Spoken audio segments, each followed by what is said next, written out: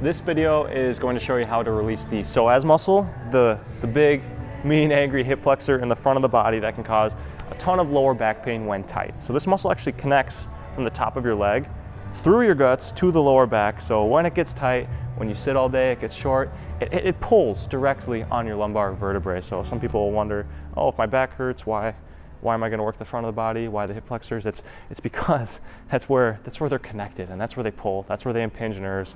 Try to pull joints out of place and express pain in the body. So we're going to release it with this tool, the QL claw. We're actually going to use this big part for psoas release, not this part here, which we use for most of our other muscles that cause lower back pain, but we're going to use this part here.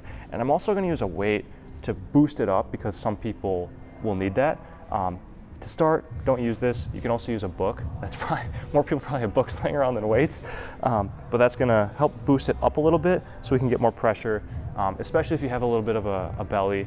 That's gonna be needed to get in there. So what it's gonna look like when we're actually on it is, as a landmark, between the belly button and your hip bone, we wanna be right in the middle of there. And we're gonna put the tool right there. And it's not a big strike zone, so you're either gonna be on it or not. There's no kind of like, I'm kind of on it. So start here, but feel around for a minute, because you're gonna know your body best, and it's gonna be most productive if you can learn where it is and learn what it feels like when you're on it and what it feels like to release it and get some tension out of it. So this is where we're gonna go, and I'm gonna put that part of my body right on the psoas. Oh, yep. I got it. If you can, you probably can't see it very well, but this is where to start. And from here, we want to slow the breath, get on it. Well, first get on it gently. Don't do anything too abrupt, but just slowly and deeply breathe and sink into the tool. So breathe into the belly, like push the tool out on the inhale, and then sink in on the exhale. And even like relaxing the body like this helps. Like the slower your heart rate can be, the more calm you can be, the more your muscles can unwind, because your body knows, hey, we're safe to relax. We don't need to be tense and grabbing and spasm. This guy's safe. He can calm down. These muscles can relax. So this is the first kind of step, first kind of pressure level of psoas release. If you're pretty sensitive to massage, this is going to be plenty of pressure. Especially, don't forget, if you need to boost it up, you can do that too. I'll show you after. But from here, you can add more pressure by taking this foot and lifting this knee off the ground and engaging this glute.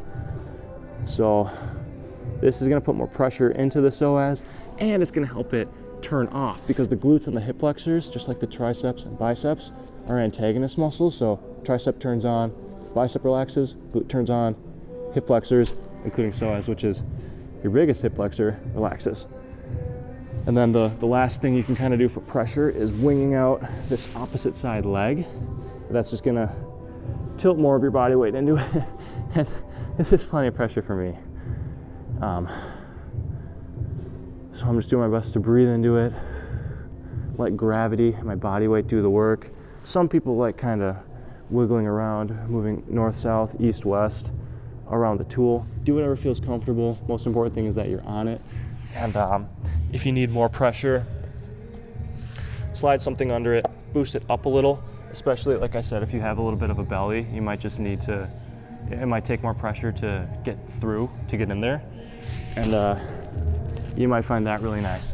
One kind of caveat, and I heard this from a professional, well, I'll leave her name out of it, but a very credible trigger point massage therapist professional that, it's not a big community, but she's famous by those standards. If you feel a pulse, you should get off of it, because you have the descending aorta, a big artery coming out of your heart and through there. And if you feel like a pulse, that's bad, because it could kind of impinge that, but that's rare. But just if you do feel a pulse, just get off of it. Move your body around, free up some space, and get back after it. But yeah, that's psoas release. If you do this, and I recommend doing both sides, maybe 2 to 3 minutes a side. You can go longer if you want. If it's feeling good, keep going. if it feels like it's not getting productive anymore, or that you're even bruising, which usually won't happen until maybe 15 minutes or more, just listen to your body. Your body knows best. Everybody's a little bit different. It's different body sizes, different types. We all have a psoas muscle though, and it can get tight in any of us, so do try this one out, and make sure to check out our other muscles that can cause back pain as well, especially if you're someone who's had it for a long time. You probably have tension in multiple areas. So yeah, that's the Soas release portion of the QL claw. Hope you check out our other videos as well, and hope you relieve your back pain most of all. But email us if you have any questions, if any of this wasn't clear, if you're having a hard time finding it. You can always take it to a clinic, professional too. They can help you find it in person to empower you to do this on your own and spend less time at the clinic and more time doing the sports and activities we love, pain-free. So thanks for watching this one, and appreciate the support. We'll see you in the next one.